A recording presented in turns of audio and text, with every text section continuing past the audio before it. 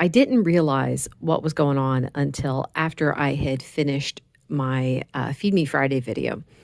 And I was thinking, I should probably say something about this. And I'm like, no, no, it's not that big of a deal. And it's like, no, maybe someone needs to hear it. So here it is. Um, I generally don't snack. What you guys see in my Feed Me Friday videos is accurate to true life. I am generally too full to have a snack, like especially in between meals. No, no, no, no. I just no, I don't because I can't fit it in. If I have a snack in between meals, I'm likely not going to have dinner because the things that I would snack on are very filling foods. So I would end up having meat or cheese in between. Now, I was going through a phase there where I was having some melted cheese at night. And I was actually hungry enough. And I think my system was just going through something where I did need the extra food. But let's just say generally, I do not snack. And please don't think that that's just, self control or anything like that. It's just I'm too full to have something. So, anyway, this is why I usually don't make snacks for myself and have them on hand. I don't buy snacks for myself. It's just, it would be a waste of money. And I know because I've done that in the past. I've been tempted. It's like, oh, this sounds really good. And then I buy it and then it just sits there. And, I have to ask someone else to eat it because I don't have the stomach space. So, I mean, there's also where I could skip a meal and have a snack instead. But I never want to do that. I want to eat the meat. I want to have an actual meal. The snack is never appealing to me at meal times. So, yeah. So anyway, here's what happened. I made the carnivore cheesecake, custard, whatever you want to call it. And, my mom and I were tasting it the first day, the initial day that I filmed, we were tasting it. And man, that was good. Now, it sat in the fridge for a couple days. And I'm like, well, she's not going to eat it because she only kind of liked it. For her, she actually needs it to be sweeter, which I'm not going to add a sweetener to it. But I thought, well, granted the element has a sweetener in it. Just a little dash of the element was perfect, right? So when I was filming on Feed Me Friday, that was like in the middle of the afternoon that I was like, I wasn't hungry, but I wanted to have it. So I'm like, you know what? I'm just going to have it. And I got that little voice telling me, you probably shouldn't. But I'm like, yeah, but I want it. So, therefore I'm going to have it. And it's there. So why not? And I just, I reasoned it out with myself and told myself to go ahead and do it. Well, then when it's time for dinner, I'm not hungry. And, there's a lot of people in this,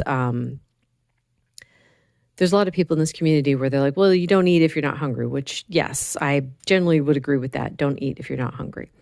But I'm sitting there thinking, well, if I don't eat dinner, I'm going to be really hungry around like 9 o'clock. And then I'm not going to be able to eat dinner at 9 o'clock because my stomach just can't have that amount of food sitting on it overnight. And I'm like, well, I could have another snack. And I'm like, no, I don't want to do that. I actually need real food. So when I got my dinner, I wasn't actually hungry for it. And I did have a little less than I normally would. But at the same time, it was still, I'm just sitting there fighting myself where it's like, yeah, but maybe you shouldn't even be having this because you kind of ruined your chance of having a meal that you were hungry for by having the snack 2 hours ago. So anyway, I ate it anyway. And then a few hours later, I thought that was going to be it. But then a few hours later, same exact battle comes up where I'm not hungry, but boy, an Element hot chocolate sounds really good. And I'm going back and forth in my head. I'm like, I probably shouldn't do that. Yeah, I should just skip it. You had enough to eat today and you're already regretting the whole, situation with the snack and the dinner, and maybe you shouldn't have anything. But then I'm like, yeah, but I want it. I really want it. And so I had it. So I did regret that. When I went to bed, I had a stomach ache and I had to sit up for a while trying to let my stomach digest. And then in the middle of the night, I think I just woke up one time. Thankfully, I just woke up one time and I was kind of sick to my stomach. And then I was able to go back to sleep. But I don't like that. I hate that. And it all comes from me just sitting there telling myself, oh, but I want it. What's funny to me is I feel like I've overcome the sugar temptation because whenever I see it, like there's that split second where I'll be like, boy, that sounds good.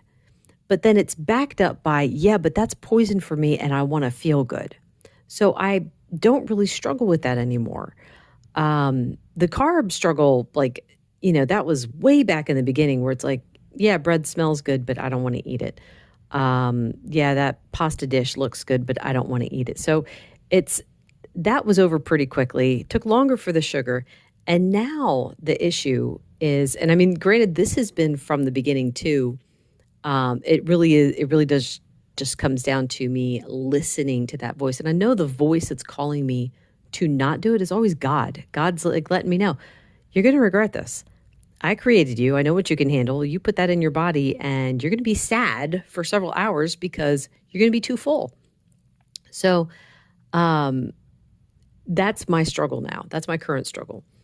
And I can't sit there and pat myself on the back for overcoming the other things because whenever you nail, I think of it as like tent pegs. You get one nailed down and the wind rips up another one. So then you've got to go and you've got to get that one nailed down. And it's a matter of looking and making sure that you've got all your tent pegs nailed down so that you can live comfortably and not worry about it. But I wanted to let you guys know this because I don't want anyone thinking that, I'm just perfect and I never have any problems and I never have any struggles. It's like, no. I still struggle. I am still fighting. I'm still fighting temptations and they may not be the same as what they were like a year ago, but it's still a struggle to eat right because from a Christian standpoint, it's like, what is the devil's number one job? It is to steal, kill, and destroy. He worked on me for a long time, helping me destroy my health. And we're done with that. We're done destroying my health. Now he's trying to destroy how I feel. So I don't want to let him win. I want to keep walking, with the Lord, shoulder to shoulder with the Lord. I want to get the job done and I want to feel good. So there's my motivation for listening to that voice that's saying, don't do it. Whenever the devil starts up with, yeah, but I want it. I want to set that card on fire and hand it right back to him. I don't want to have that anymore. So I thought hopefully getting this out will help someone else too. It's like, we do have a choice. We don't have to give in. We don't have to just say, oh, I can't stop myself. We can always stop ourselves. We have that ability. It's just a matter of, well, how bad do you want your goals? What are your goals? My goal is to feel good. I want to feel good. And that's a decent motivation because it's like I'm at my maintenance weight. There's no, goal weight in mind. There's no, the trash truck's here. It's pretty loud. Sorry about that. There isn't any, I have to exercise to get this certain body that I want. That it's, or I have to eat a certain way to get this body that I want. No, I just want to feel well. I want to feel well every day. And I don't want to give in to those desires that are going to cause me to not feel well. So anyway, hope this helps someone. Thank you so much for listening. Bye.